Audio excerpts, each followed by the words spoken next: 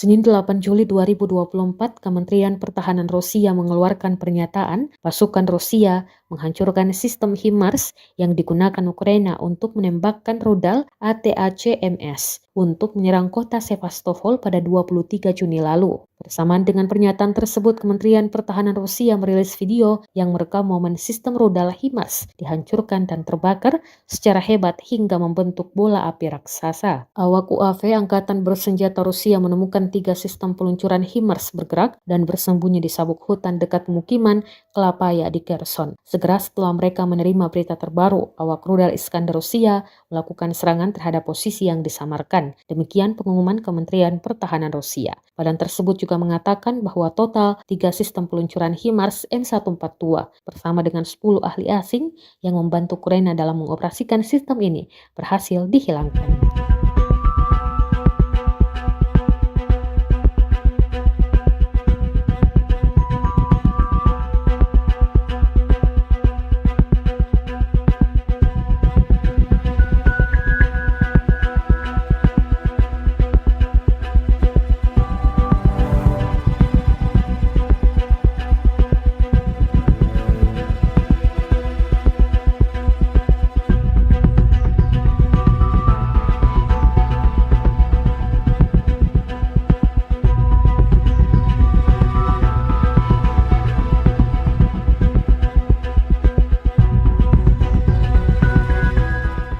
Download Tribun X sekarang, menghadirkan lokal menjadi Indonesia.